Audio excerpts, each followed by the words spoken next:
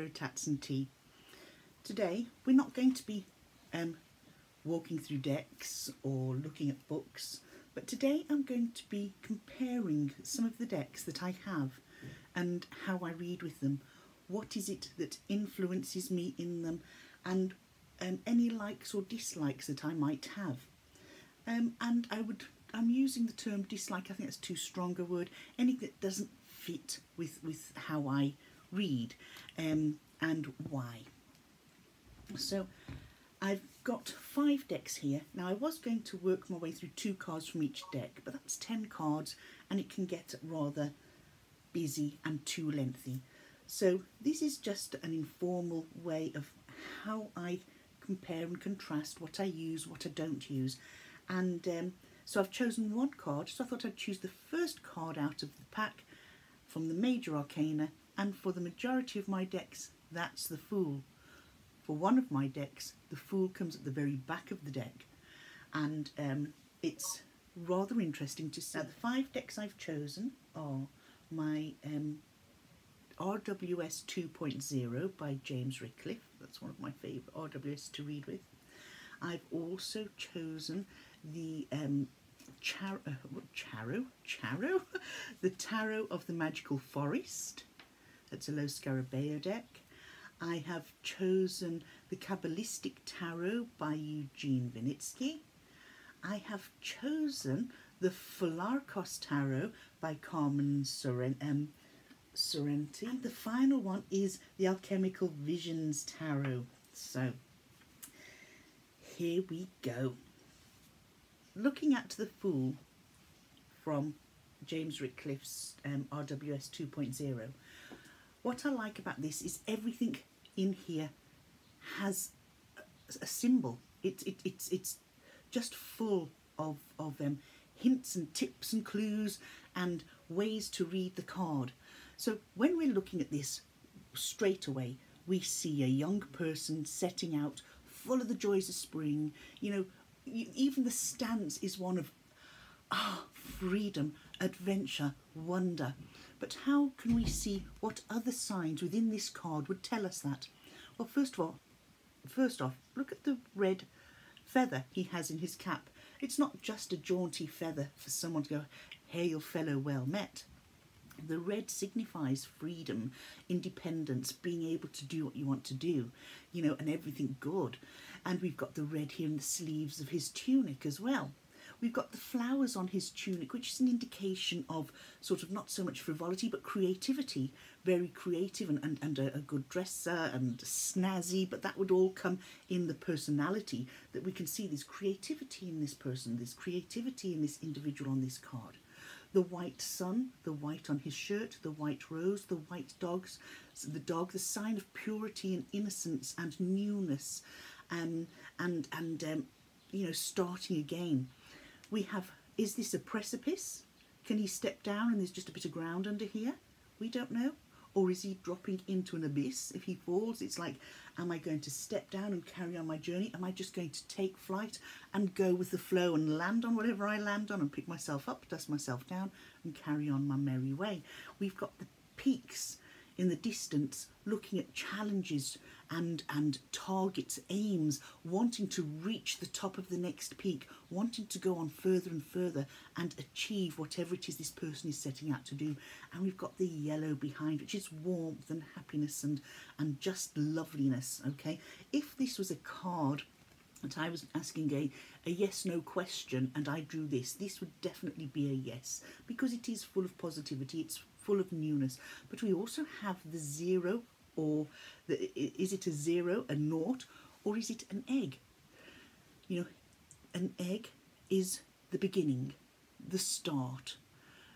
It's something, you know, that we all come from, be we flora, fauna, or human beings. We all start off as an egg. It's newness, new beginnings, new starts, growing and achieving and getting stronger on our own path. Okay, the knapsack on his back, or the little bundle he has tied to the stick, that there we see as his belongings. Okay, yes, they're his belongings, but are they indicative of belongings? Now we can look at this in many different ways. This could be carrying burdens from his past.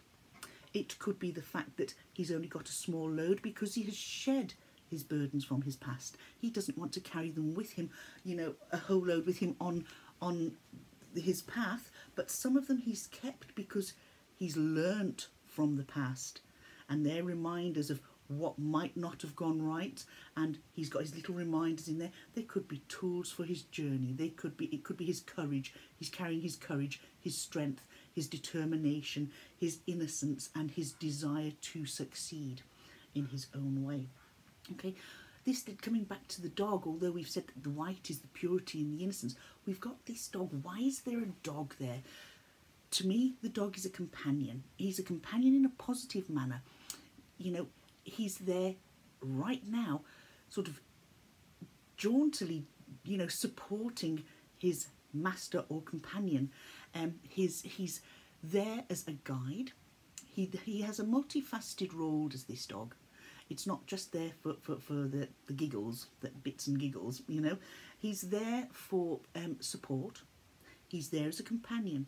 He can also be there as a guide. He can also be there as a warning. Be careful, you're coming close to an edge. Just stop. Look at where you're going. Do you really want to go that way? Do you really want to take that route? Are you able for the path ahead of you? It's giving the person here time to pause and think, well, do I keep going on that route, or do I follow this path down here? Take this route. You know, this is all what we're looking at. The white of the sun, that we've got a yellow sky and a white sun, again, is sort of newness, shining on a new day, shining on with innocence and brightness, and just all washing his aura in a beautiful, beautiful cleansing light. Okay, so to me, that is all about new beginnings. It's about having confidence. It's about being there in the moment and doing what you want to do because you can, having the freedom to do what you want to do. If things are going well, that's fine. Now, what do we do if this is reversed? Okay, when it's reversed, we're sort of looking, are we maybe not taking the opportunities that present themselves? Are we holding ourselves back? Are we not learning from past lessons and making the same mistakes again and again? Therefore, our journey is not progressing. Or, you know, one of the key words that's used in the Little White Book is insanity. I don't like that because I just feel it's you know, it's insanity in what way? People would tell you I'm insane. They're probably right, you know. But insanity as in completely mad, should be declared not well. No, I don't. That's why I don't like the word insanity. But eccentric, someone who's rather eccentric. I know I'm eccentric. I love being eccentric. I love the fact that people think, well, she's a little bit different. Yes, I am. That's me. Are we a little bit concerned that if we step out and do what we want to do, that other people are going to be talking about us? Don't let that happen. Why? Because it's none of my business what other people think of me. What is my business is how I think of me, what I want to do. As long as I'm doing no harm to myself or others, and I'm leading my own life, if people think I'm as nutty as a fruitcake, let them on. I don't care. And that is why I find the Fool is somebody who I can really relate to. It's a card I relate. I relate to 5 cards in the tarot deck. What did I say? 4.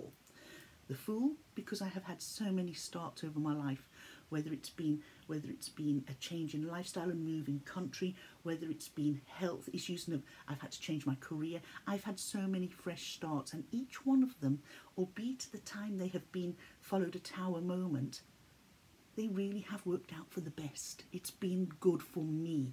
It's helped me grow. This is also spirituality, growth in both physically, emotionally, psychologically, and most of all spiritually. It's really a wonderful card, and this can, just in one card, can tell me so many aspects about my own life, and I love it. So I'll tell you the other cards another time. We can all do a VR on what cards we can relate to in tarot. The other one I'm going to look at is this one here. This is from our beautiful little cute deck called the Magical Forest, the Tarot of the Magical Forest. Now, I am not going to lie to you and tell you that I read with this deck. I don't. I do think it's a very, very eye-catching deck. I like the art. I love the creatures. Look at the nice big eyes on them. But we have a lot less in this, in the way of, we've no, you know, the creativity. We still have our fool heading on their journey. This one we can see is a big precipice. But is this dog warning this his companion? Is the dog playing a big active role? To me, he's not. He's sort of just trundling along behind him on wheels. And I think here our fool is like saying, well, do I go forward or I just slide back down the hill? This fool looks to me, whether it's because of the shape of him, whether it's because of the big eyes, that they look like it's a little bit fearful, that they're sort of thinking, well, what do we do now? You know, it's not, to me, doesn't give the positive vibes that I would normally get from a fool card in a deck. And I just think that it's lovely, it's cute. It's too cute for me to read with.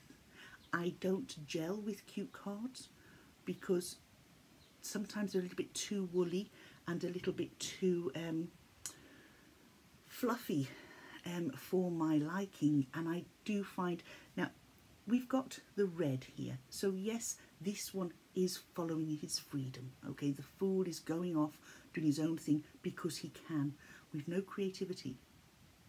We do have the flower tucked down here, not particularly high, with the white shirt here, white collar, a whitish sun. Again, we've got the innocence there. But this here, where we've got the precipice here, is lower than the mountains here. Where I would say in this one, the mountain peaks are higher than the edge he's standing on. So it looks, you know, those, I want to be able to climb to the tops of those. I want to be able to achieve my targets and my aims. Here, well, if we drop off, we're going to hurt ourselves because we can see that is a big fall. You know, so say now he can jump down, he does free flow, he does drop, and he goes with the flow. The darkness here, to me, is very close, and that would say, well, the minute he lets go, the minute he drops into free falls and on his path, there's going to be a hurdle, a shadow, a danger, something that he's going to have to sort of do a hanged man on it and step back and look at, how am I going to get around this? How am I going to achieve that? I do think this would create a little bit of a negative aspect to me for this card, and it's a beautiful deck. I am not letting it part from my collection simply because I need to read this a little more and see what else I can get out of it. When I have cards like this, as much as I like them, again, it would be a yes card with the colour, but we've got a lot of sort of darkness here. I just find that they're almost too cute for me to be able to take seriously, and that is no bad thing, because other people can take those cards and can read from them beautifully and can give you information that I can't see, because at the end of the day, we all read very differently. It would be a very boring world if we all read exactly the same. Why would we even bother going for readings to other people? I do like getting a reading now and again from other people, albeit I do read for myself a lot. Now, the next card that we're going to look at, Kabbalistic Tarot 5781 by Eugene Vinitsky, and this is the Fool card. Now, this card is full of symbolism. Now, straight away, we've got the Hebrew letter Aleph, okay?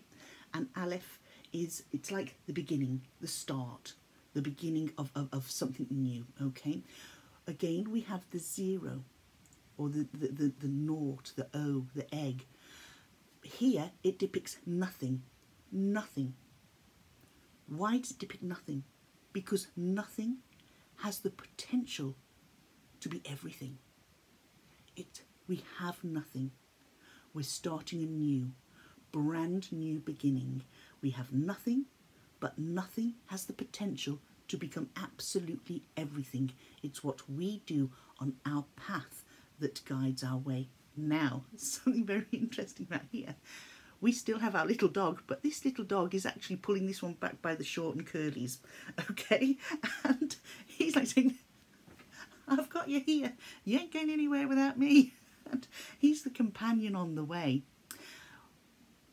The element of air. This card falls in under the element of air. And again, air is what we need to breathe. But again, it's almost a nothing. Okay, it's all around us.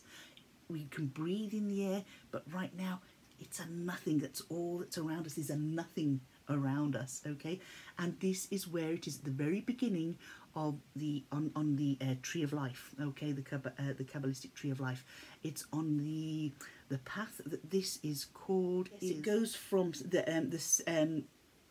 Sephira, the Sephira Kether to the Sephira Chokmah, okay? But what is the Sephira Kethma and the Sephira Chokmah? What exactly is it? Okay, it's the first message. It's the first path. It's that first push that we are giving to start on our trip. Okay, as it says in here, at this present moment in time, it's just this person. Everything doesn't exist because they're still going out on that journey. So this is all about the beginning. Okay. And what I like about this is that I just want to check here because I was actually working with this today. Yeah, the Fool, as we said about over here, the Fool card at the end of the day is all about potential, what we can become. It all depends how we approach our path, what we do with what we have, how we circumnavigate or how we overcome problems or hurdles along the way, okay? And the Fool is innocence, and it also it expresses everything in the simplest of ways, okay? Because right now we're at the beginning, we're starting, we're growing. It's like starting a new job. We don't go in there bullheaded thinking we know it all and start mouthing off. We learn, and we have an innocence about us when it comes to learning something new. And we learn, we digest, we grow. Okay? And this is all about the earliest stages of development. Okay? It's beautiful. Now, then we have this beautiful card, and this is from the Folakus Tarot. Now, you could look at that and go, nice, but how on earth am I going to read that when this is what I've been reading? You have to look at when I buy decks like this, especially independently made decks, why the creator created it. What were they trying to get across to us? All this is very dreamlike. This is in another world, another dimension. This is in their dream world, okay? Where ideas come to them in their sleep and where they manifest these ideas and dreams into becoming a reality. So our dreams here are the sort of start, the start of something new, going on our path in our way, how we want to. Now, if you look closely at this here, you will see that there's a snake going inside the ear of this person. Now, this snake is something in the dreams. It's whispering stuff in your ear. So where we've got the companion of the dog here, and here, and here, here we have a snake. Now, is this snake whispering words of wisdom? You know, if we take, it depends on how you view a snake. I like reptiles. I like snakes. I kept a python. In fact, I rescued a python, and it lived with me for many years. But some people would say, well, snakes, we call people snakes. And you say, oh, you're lower than a snake's belly. And you think, that's a bad press on snakes, but snakes have been seen as devious, and it all goes back, if we look back in time, to the Garden of Eden, to where the snake was in the tree and encouraging Eve to take a bite of the apple from the tree that they weren't supposed to take the bite of the apple from that particular tree. And it gave them knowledge. It made them aware. It made them realise, crying out loud, we're blooming well naked. Let's grab a few leaves and make some underwear, you know. What's this snake doing? is it whispering something sneaky, Slevine, a bit on the unpleasant side? Or is it being helpful? Is it imparting wisdom? Is it giving them free thought? Okay, because let's be honest, prior to the snake speaking to Adam and Eve in the garden, they didn't really have free thought as such. If we were to, if your beliefs go down that path, then the thoughts were being guided, we could use the term manipulated, through ignorance. The snake asking them to eat from that tree of knowledge gave them knowledge and independence and a conscience and feelings, morals, whereas before they were roaming around like a pair of naked lulas, you know. So which is right? What's right? Would you see that as information that created man in a way that we are now, that you know, gave us independent thought? Or if you believe that story, and if you were to think, well, if the snake hadn't whispered to Eve, come here my dear and take a bite of this fruit, what would the world be like now? I would still be walking around naked, and my God, that would be a nightmare for a lot of people. My neighbours would need surgery on their eyes because they'd be poking them out with sticks. But never mind, let's get back to this. So this is all very dreamlike, okay? This is all very manifesting. It's taking your dreams and manifesting them. We still have the naught, we still have the zero, the egg, we still have that beginning, and it's the beginning of making your dreams come true. We're sitting under this is actually sitting under a tree, a white, I think it's a white birch tree, but the white again indicating innocence of thought, being, you know, giving you a newness, a new way of looking at things, a new way of approaching things. And so looking at this, you can sort of step into this card, and there's so much more you can get out of it, because there's a beauty here. Look, to me, that mark there, that's the seed of an idea. The seed of an idea, the companion saying, well, do you know, if you were to do this, that and the other, giving words of wisdom, and if you listen to this, that and the other, it'll help you grow. What's your take? What do you think of that card? I would love to hear your opinions. And then finally, the card that we're looking at is the Fool from the Alchemical Visions. Now, if we look at the size of that, and we look at the size of that, that will give you an idea of the size of these cards. I can hide my head behind it, right? So that'll give you an idea. Now, I'm going to pause this video here just for a minute because I'm dropping my son out, and I will be back to continue with this card. See you in a few. I'm back. Yes, so the card we're looking at now is the Fool from the Alchemical Visions Tarot, which is an extremely impressively sized deck. This Fool is extremely different. Now, what do I get from this Fool? Well, let's look straight away. We've got a rather rotund man standing on the edge of a drop-off into a sea. But look at this, the sea. The sea's filled with bodies. Okay, it's filled with people beckoning him to join them. Come and join them. But if he does, will it be his demise? We've the dog here. And look at the dog. The dog is actually quite a vicious looking creature. But the dog plays sort of two roles here. Yes, it's a companion. Talking of dogs, mine's just walked in. One of mine. But it's also almost, would we call it, a connection to the spirit world. Okay, so he's playing a dual role. If he falls from the physical, will he then drop into the spiritual? Will that be the end of him? Will he be making a wrong decision? We also see that there are two paths, one going either side. And if we look carefully, the paths are almost identical with the people here. Okay, it's here, here. Now, this side, towards the man's right, yep, it's on our left, his right, okay. We've a path going here. So it would be, the path would actually be, yeah, he's our left. So if we're looking at it, it's going our left, okay?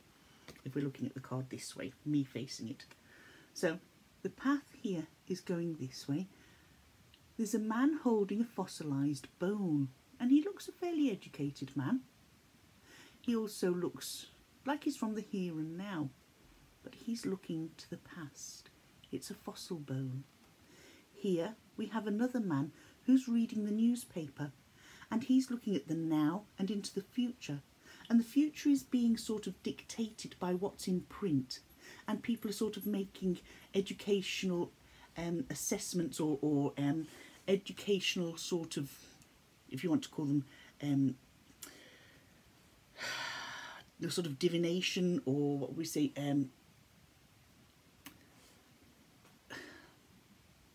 guessing the future. They're sort of, you know, sort of going to reading the future from assessing what's in the print in this day and age. So it's sort of, you know, we know that if we look at what's on the stock exchange, what's going on in the world, we know what's coming down the line in the future. So here he's going into an unknown territory. Here he would be going back into the past. So this signifies, we know it's past because the man is looking at something old. He's looking at something fossilised, and that's the path back to the past. Either staying in a comfort zone or choosing this path, not just because of the comfort zone, but because you haven't learnt the lessons that the past has taught you. Maybe you have to revisit them. Maybe you have to make that choice because there's something that you were meant to learn but didn't pick up. Or does he step into his discomfort zone, out of his comfort zone, and take hold of everything that's new, that's on offer, a new path? Whichever way he goes, he's going to be looked after, because as we say, the dog here is sort of linked to spirituality, but either side we've got Buddhas, okay? And the Buddhas are there. That's him connected to spirituality. That's him knowing that whatever he's going to do, he's going to have support, whichever route he takes. But this side here, I think if he was to take this route, he's sort of being beckoned by people that have already fallen into that trap. Is it people trying to lead him astray? Is it something he's got to say, well, do you know, I know you want to go there, but I want to make my choice from the other two paths. I might not have learned what I might make the same mistakes. It could be a case of going back in the past, that he's making the same mistakes again and not realising he's making the same mistakes, or he's actually going, not understanding why he's repeatedly making the same mistake, because he hasn't learnt, he can't see. Look at this brain. It's a colourful brain behind him, right? And that brain is showing us that he has intelligence, he has an intellect, he has the ability to make decisions, but it's not in his head. So he's not in control of it. He's not able to use it. He's got it, but what's stopping him from using his own thoughts, his own ideas, and his own will? Okay, he needs to be able to say, right, I know I've got it. He needs that enlightenment, and that enlightenment is here. The innocence, the fresh eyes, looking at something new, stepping into, making that choice to go in that direction, making that choice to say, I can do this, I can go and do this. But what makes us understand that this man is not in control of everything? We see his rotund manner, okay, his rotund shape. Obviously, he's not in control of his eating. His brain's not in his head, it's outside of his head. He's not in control of his decisions, or he hasn't got the... It's not that he's not in control, it's there's something stopping him, there's something blocking his confidence, there's something blocking his desire to move forward or backwards. It's something... He cannot make a decision. He's on this precipice and he just cannot make a decision.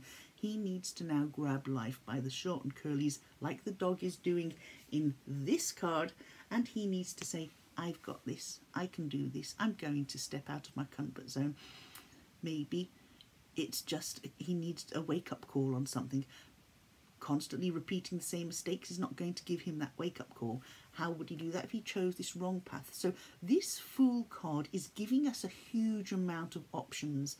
It's given us a huge amount of information to deal with somebody who is at a point in their life where they think, I've got to start again.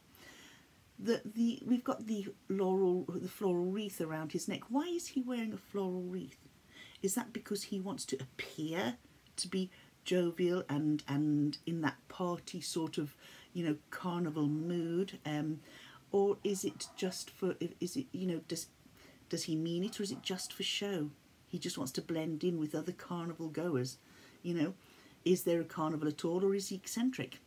Is this his eccentricity showing, you know? He's not fully in control. We can see that by his physical shape. We can see that by the brain being outside of his head rather than in it. We can see that he needs sort of, you know, that enlightenment, that he can do what he needs to do in order to move on. It's just that he needs to turn around and see that, okay? This is a very different Fool card. There's so much in here that you could still pick out. I could hand this card to one of you and you could take that and read it completely differently. There is so much in here. It's beautiful. It's amazing, and it's like reading a book, and a book that you love, and every time you read it you find something new and something different in it, and that's what I find happens with tarot. I could hand these cards, all these cards, to you, and each of you might find something different, because it's not just the cards. Now, we've looked at all the symbolism on all these different cards, okay? We've looked at the symbolism on in cards that are so very different to each other, and you know, all of them together have shown us that all of them are the beginning of something. It just adds a bit more, it takes a bit away. And as I've explained with all the symbols, and this is why I find reading cards that are simple, pretty, beautiful, but simple,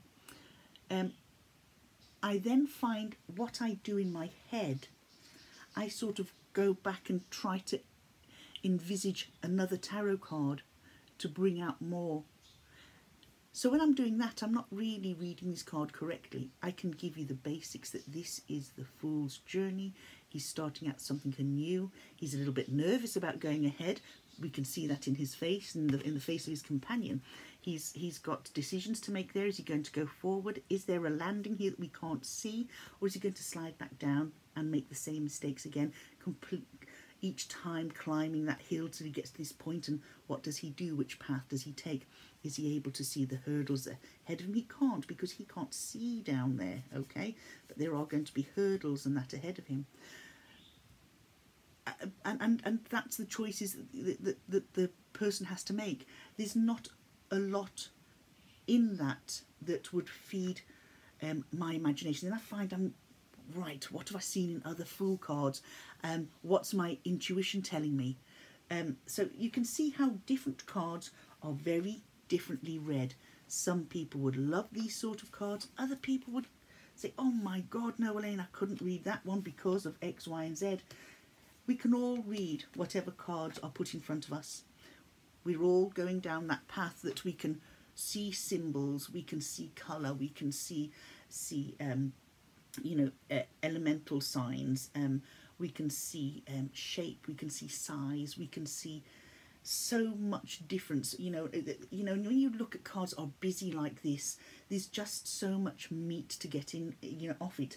And it's often when you're reading for somebody else as well, it depends on the energy between you and the seeker, what else you can pick out from the energy. Now, if we were to present this sort of, if we were to deal out this sort of card, this card, and somebody sitting there sort of nervous, and well, you know, you're a little bit nervous about change.